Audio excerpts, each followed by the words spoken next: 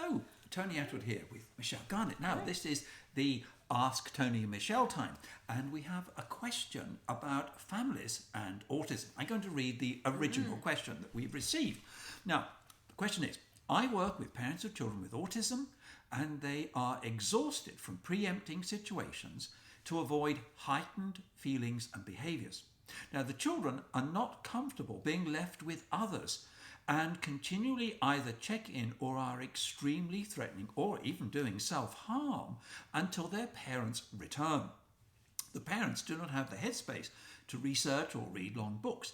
My work is giving them space to reflect and offload. Now, do you have any recommendations for supporting children to feel safe to separate from their safe person? Great question. You're not alone in that. But first of all, an explanation of why.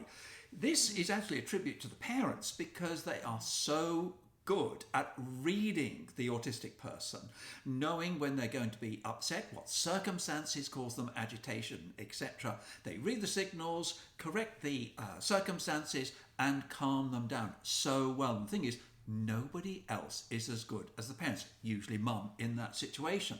So from the child's point of view, what they're doing is very understandable.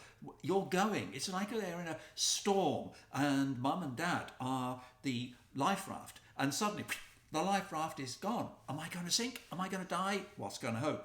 What's going to hope? What's going to happen? What's going to happen? I agree, Tony. So some strategies. One of the ones we found to be helpful, and I'm going to go through a few, so I wouldn't do this one only. I'd do a few of the ones I'm going to suggest. One is gradual desensitization. So this is where you feel comfortable and relaxed, and that's key because the child will read your cues, that you can leave the child for just a few minutes to go to the washing line, for example, or to go upstairs when they're downstairs. So just starting small and gradually increasing as the child can tolerate it.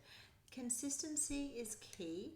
So having a routine so they know they can predict when you might have those separations, starting with the small ones, but then also, of course, if the big ones, if, for example, they have to go to preschool, kindergarten, or primary school. So we have a routine because predictability really helps with anxiety.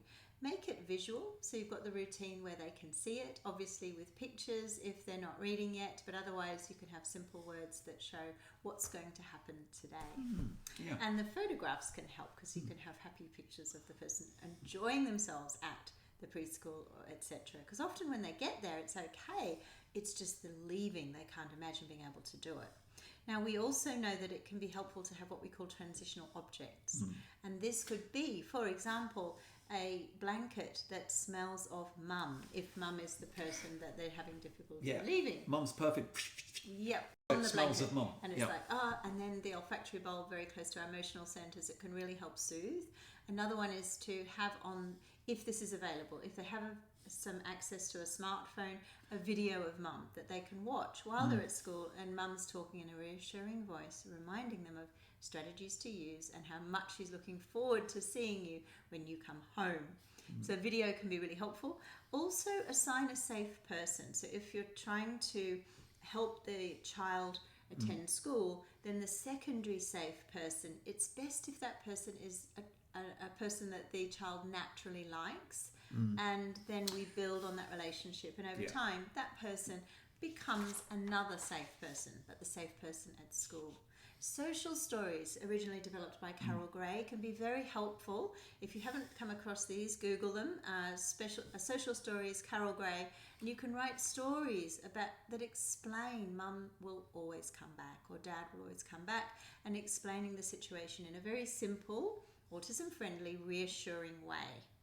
And lastly, but very importantly, teach the child some coping skills. So by this we mean trying to tune in with the child. What does that feel like inside? Can you give me some words? Does it feel tight, constricted?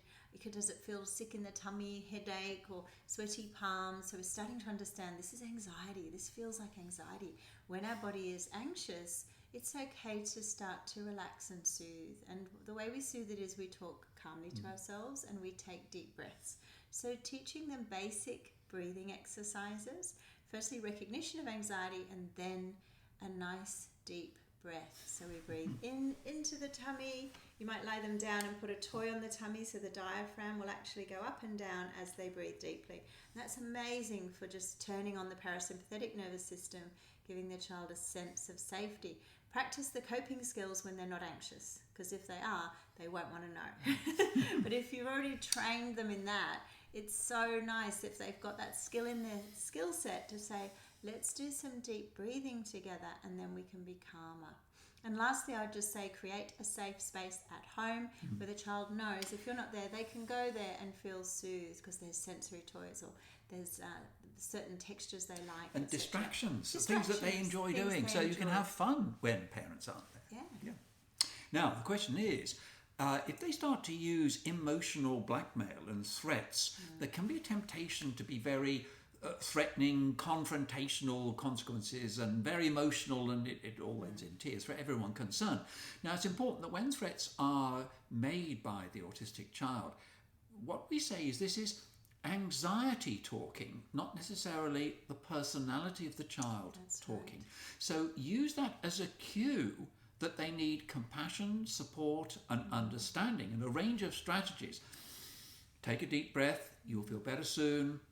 All the things that you can to indicate this is a terrible state of, you wouldn't say state of mind, you are feeling really upset. I recognise that you have strong reasons for feeling upset, but it will go and you can cope and you'll be okay.